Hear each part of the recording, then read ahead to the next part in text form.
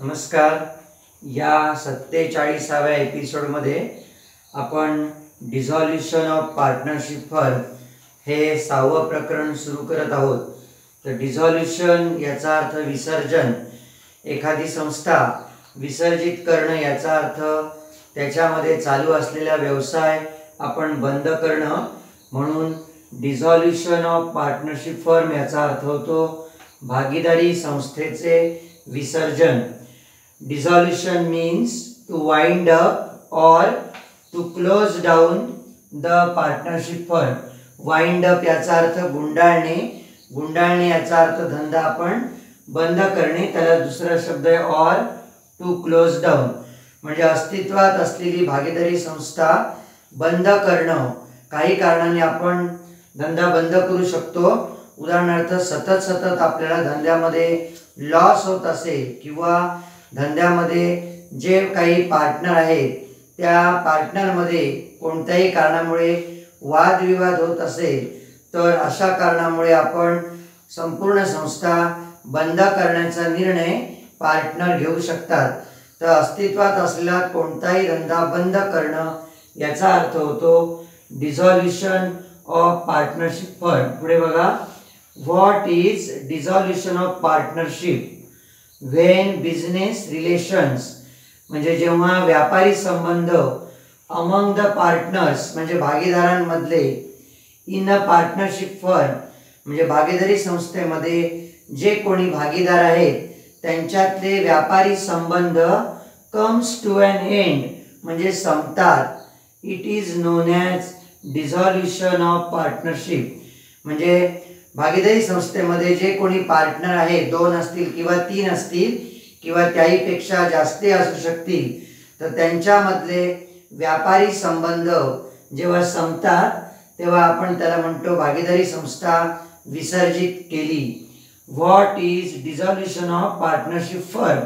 हा पण तसाच अर्थ आहे. When one or more partner or partners takes decision, 1 किंवा 2 भागीदार जेव्हा संस्था बंद करण्याचा निर्णय घेतात, it is known as dissolution of partnership firm. म्हणजे सर्व भागीदारांनी सगळ्यांच्या सहमतीने जर धंदा बंद करण्याचा निर्णय घेतला तर त्याला म्हटलं जातं भागीदारी संस्थेचं विसर्जन. आता भागीदारी संस्थेचं जर विसर्जन करायचं असेल तर आपल्याला अचानक त्या धंद्याला म्हणजे व्यवसायाला लॉक लावून चालत नाही. तर जसं धंदा सुरू करताना जी काही आपण कायदेशीर प्रक्रिया पार पाडलेली असते त्या तशीच प्रक्रिया धंदा बंद करताना सुद्धा आपल्याला कायदेशीर प्रक्रिया पूर्ण करावी लागते. तर या कायदेशीर प्रक्रियेमध्ये धंद्यामध्ये अस्तित्वात असलेल्या मालमत्ता विकल्या जातात आणि त्या विक्री करून आलेले पैसे असतात, जी रक्कम असते त्या रकमेतून संस्था ज्या बाहेरच्या लोकांना देणं लागत असते ती देणी आपल्याला भागवावी लागतात.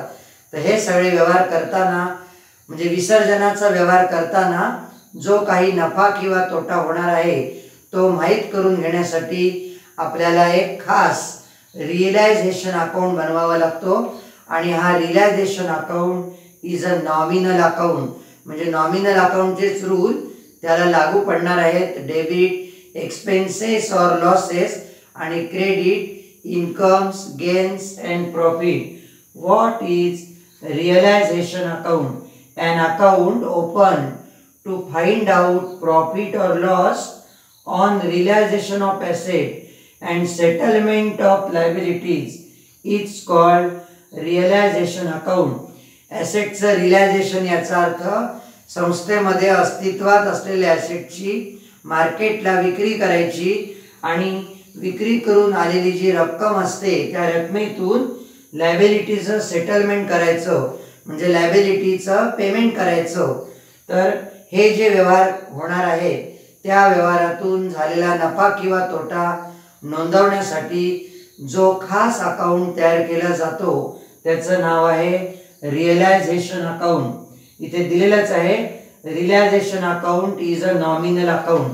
इथे आता आपल्याला प्रॉब्लेम सोडवण्याकरता प्रॉब्लेममध्ये बॅलन्स शीट दिलेली असेल आणि त्याच्या खाली काही ॲडजस्टमेंट दिलेले असतील आणि सोल्युशनमध्ये आपल्याला बनवावं लागेल realisation account, partners capital account आणि बँक अकाउंट. इथे आपल्याला बॅलन्स शीट बनवायची नाही आहे, कारण आपण धंदा बंद करणार आहोत. बघा आता इथे सुरुवातीला दिले कॅश इन हँड व कॅश ॲट बँक व्यतिरिक्त सर्व ॲसेट्स ह्या रिलायझेशन अकाउंटच्या डेबिटला ट्रान्सफर कराव्यात. ॲसेटचं बॅलन्स डेबिट असते, मग ट्रान्सफर केल्यावर सगळ्या ॲसेट क्रेडिट आणि रिलायझेशन अकाउंट डेबिट. बघा रिलायझेशन अकाउंटला एंट्री दाखवली आहे. रिलायझेशन अकाउंटच्या डेबिट साईडला टू सन्ड्री ॲसेट्स आणि ह्या ॲसेट बुक व्हॅल्यूला ट्रान्सफर करायचे आहेत. बुक व्हॅल्यू याचा अर्थ बॅलन्स शीटच्या ॲसेट साईडला त्या विशिष्ट ॲसेटच्या ज्या किमती दिल्या असतील त्या किमती. पुढे बघा पार्टनर्स लोन व्यतिरिक्त इतर सर्व आउटसाइडर लायबिलिटीज ह्या रिलायझेशन अकाउंटच्या क्रेडिट साईडला ट्रान्सफर कराव्यात. आउटसाइडर लायबिलिटी याचा अर्थ बाहेरच्या लोकांची देणी, उदाहरणार्थ creditor, bills payable, bank loan, bank overdraft, इतर कोणाकडून घेतलेली लोन्स, हे सर्व आउटसाइडर लायबिलिटी आहेत. तर लायबिलिटीचे बॅलन्स असतात क्रेडिट, ट्रान्सफर केल्यावर सगळ्या लायबिलिटी डेबिट आणि रिलायझेशन क्रेडिट. म्हणून रिलायझेशन अकाउंटच्या क्रेडिट साईडला बाय आउटसाइडर लायबिलिटीज या पण बुक व्हॅल्यूलाच ट्रान्सफर करायच्या आहेत. पुढे बघा एखाद्या पार्टनरचं लोन दिलं असेल, म्हणजे पार्टनरनीच धंद्याला कर्जावर रक्कम दिली असेल, तर ते पार्टनरचं लोन फक्त रिलायझेशन अकाउंटला ट्रान्सफर नाही करायचं. त्या पार्टनरच्या लोनचा स्वतंत्रपणे अकाउंट ओपन करायचा आणि त्या लोन अकाउंटवर त्याचं पेमेंट करून दाखवायचं आहे. दुसरं बघा दिलंय खर्च किंवा लायबिलिटीचे पेमेंट केल्यास रिलायझेशन अकाउंट डेबिट करावा. खर्च झाला किंवा एखाद्या लायबिलिटीचं आपण पेमेंट केलं तर रिलायझेशन हा नॉमिनल अकाउंट आहे, त्याच्यामुळे डेबिट होणार. म्हणून realization account debit to cash or to bank account लायबिलिटीचं पेमेंट करण्यासाठी. त्याच्यानंतर उत्पन्न किंवा ॲसेटची विक्री करून रोख रक्कम मिळाली असल्यास रिलायझेशन अकाउंट क्रेडिट करावा, कारण ॲसेट मार्केटला विकल्यानंतर आपल्याला कॅश येणार. मग कॅश आली की cash account debit to realization account. म्हणून रिलायझेशन अकाउंटच्या क्रेडिट साईडला by cash or bank account. आता हा रिलायझेशन अकाउंटला आपण फक्त विसर्जन प्रक्रिया आपल्याला फक्त दाखवायची असते आणि ह्या विसर्जन प्रक्रियेमध्ये जो काही आपल्याला प्रॉफिट किंवा लॉस होईल तो शोधून काढण्यासाठी रिलायझेशन अकाउंटचं बॅलन्सिंग केलं जातं.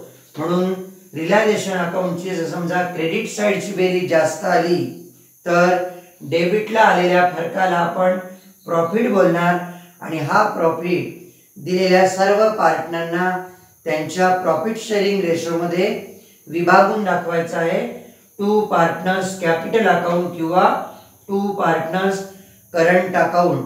आणि समजा रिलायझेशन अकाउंटची डेबिट साईडची बेरीज जास्त आली तर फरक येईल क्रेडिट साईडला, तेव्हा तो लॉस असेल. मग लॉस असल्यावर आपण पार्टनर्स कॅपिटल अकाउंट डेबिट करतो, म्हणून इकडे येईल बाय पार्टनर्स कॅपिटल अकाउंट और बाय पार्टनर्स करंट अकाउंट. हा झाला रिलायझेशनचा स्पेसिमन. आणि डिझॉल्युशन ऑफ पार्टनरशिप फर्म यांच्या संबंधातल्या इतर ज्या सर्व एंट्री आहेत त्या एकूण 36 एंट्रींची PDF या व्हिडिओच्या नंतर मी ताबडतोब व्हॉट्सअप ग्रुपवर तुम्हाला पाठवणार आहे. ती तुम्ही वहीमध्ये सगळ्या 36 एंट्री ज्या आहेत त्या उतरून घ्यायच्या आहेत आणि त्या एंट्री आपल्याला प्रत्यक्ष प्रॉब्लेम सोडवताना उपयोगी येणार आहे.